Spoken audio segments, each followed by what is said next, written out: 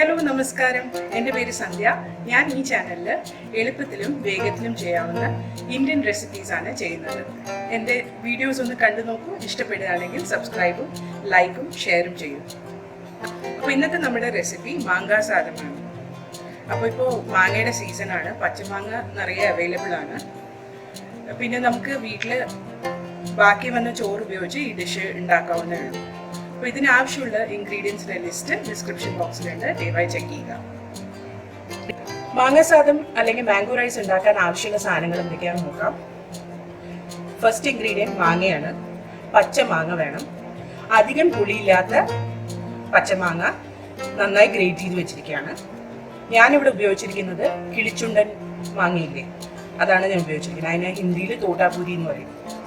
ആ മാങ്ങയാണ് ഞാനിവിടെ ഗ്രേറ്റ് ചെയ്ത് വെച്ചിരിക്കുന്നത്.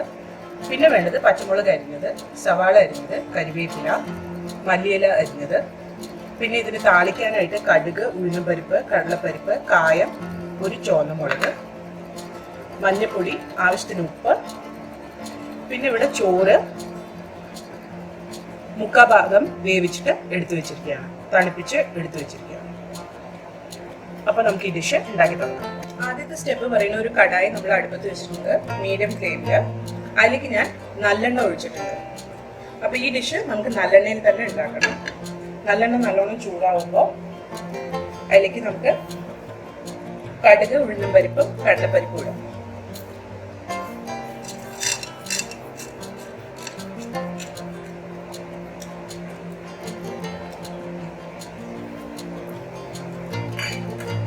കടുക് പൊട്ടണം. ഉഴുന്നും പരിപ്പും കടലപ്പരിപ്പും ഒന്ന് ചോക്കുന്നവരെ നമുക്ക് വെയിറ്റ് ചെയ്യാം.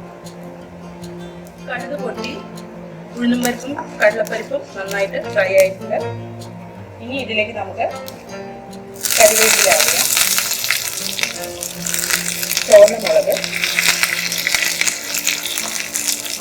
കായം,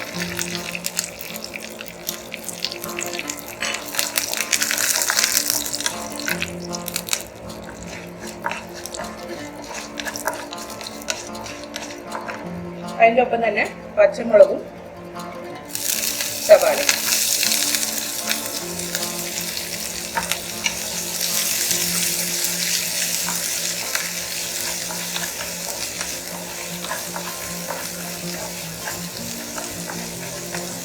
സവാള ഒരു 2 മിനിറ്റ് നേരത്തേക്ക് ഒന്ന് നമുക്ക് കുക്ക് ചെയ്യാം.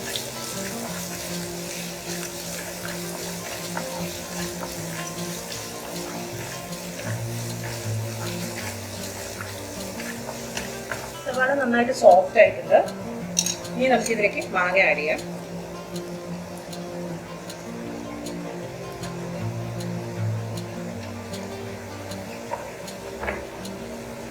അതിൻ്റെ ഒപ്പം തന്നെ മഞ്ഞൾപ്പൊടിയും ആവശ്യത്തിനുള്ള ഉപ്പും ചേർക്കാം.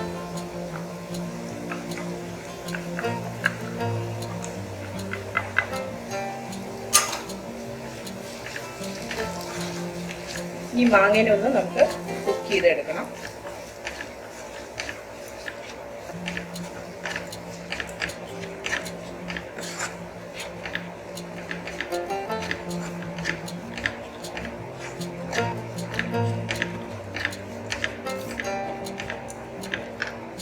മാങ്ങയിലേക്ക് നമുക്ക് ഏകദേശം ഒരു 4 സ്പൂൺ വെള്ളം ഒഴിക്കാം.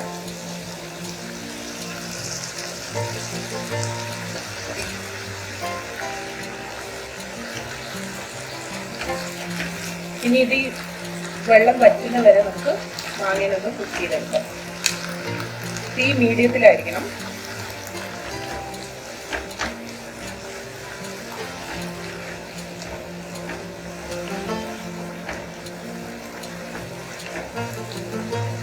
അപ്പോൾ ഈ വെള്ളമൊക്കെ ഒന്ന് വറ്റട്ടെ, എന്നിട്ട് മാങ്ങയൊന്ന് സോഫ്റ്റ് ആവട്ടെ.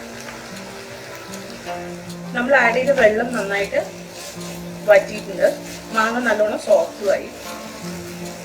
ഇനി നമുക്ക് റൈസ് ചേർക്കാം. ഞാനിവിടെ ഒരു ചെറിയ ക്വാണ്ടിറ്റി റൈസേ ഉണ്ടാക്കുന്നുള്ളൂ.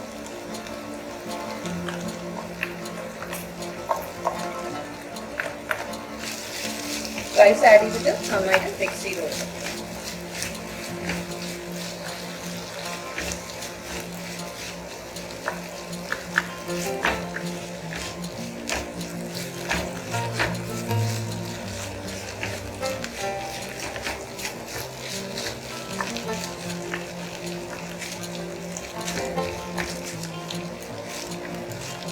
വേണമെങ്കിൽ നമുക്ക് ഇതിലിത്തിരി തേങ്ങ ചിരകിയതും ആഡ് ചെയ്യാം.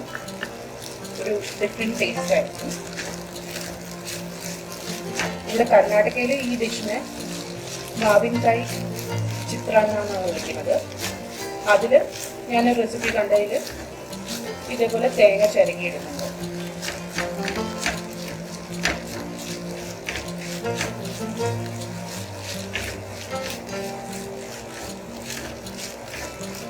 അപ്പോൾ റൈസിൽ എല്ലാ വറ്റിലും ഈ മിക്സ്ചർ നന്നായിട്ട് കോട്ടാവണ വരെ മിക്സ് ചെയ്ത് കൊടുക്കുക.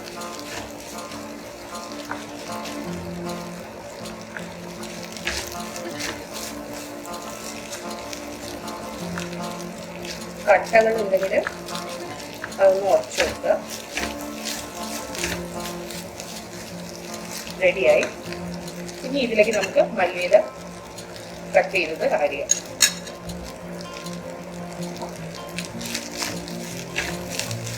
നല്ല കളർഫുൾ ആയിട്ടുള്ളൊരു ഡിഷാണ്.